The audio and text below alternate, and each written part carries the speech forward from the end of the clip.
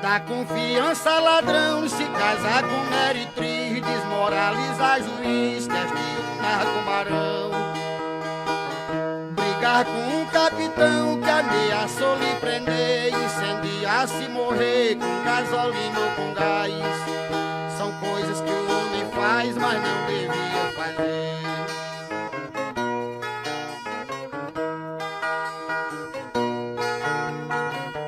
Mata um pássaro no ninho, depois pega uma faca para sangrar uma vaca que deu leite ao seu filhinho. Bater no pobre velhinho, não adianta bater, pega o justo, prender, dá soltura marginais. São coisas que o homem faz, mas não devia fazer.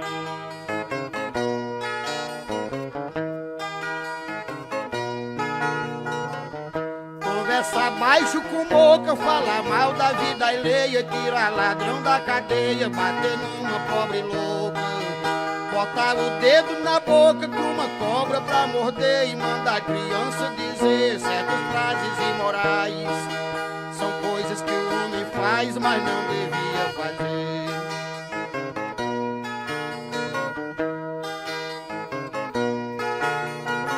Se contra a mãe e ao pai, desprezar quem lhe adora, viajar fora de hora sem saber pra onde vai.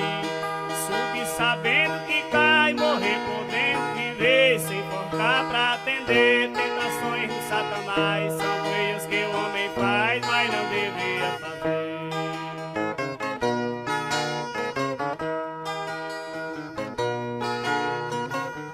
Acreditar em cigano, mexer em arma de guerra, brigar por nesga de terra, derramar o sangue humano.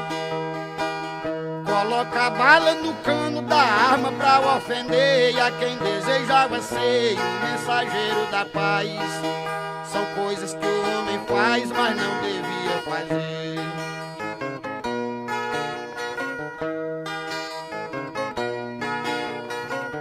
Dormir na linha do trem, andar em carro sem freio, dar descaminho ao alheio, desprezar quem lhe quer bem.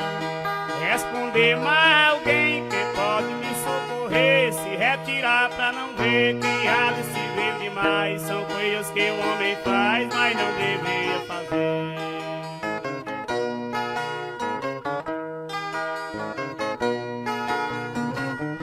Levanta falsa alguém, dizer que viu sem ter visto, falar mal de Jesus Cristo, humilhar quem nada tem.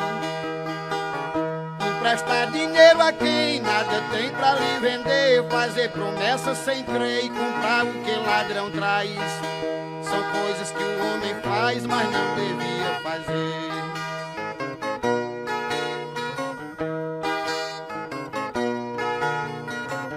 Matar alguém pra roubar, estuprar uma criança, roubar alguém na balança na hora que vai pesar.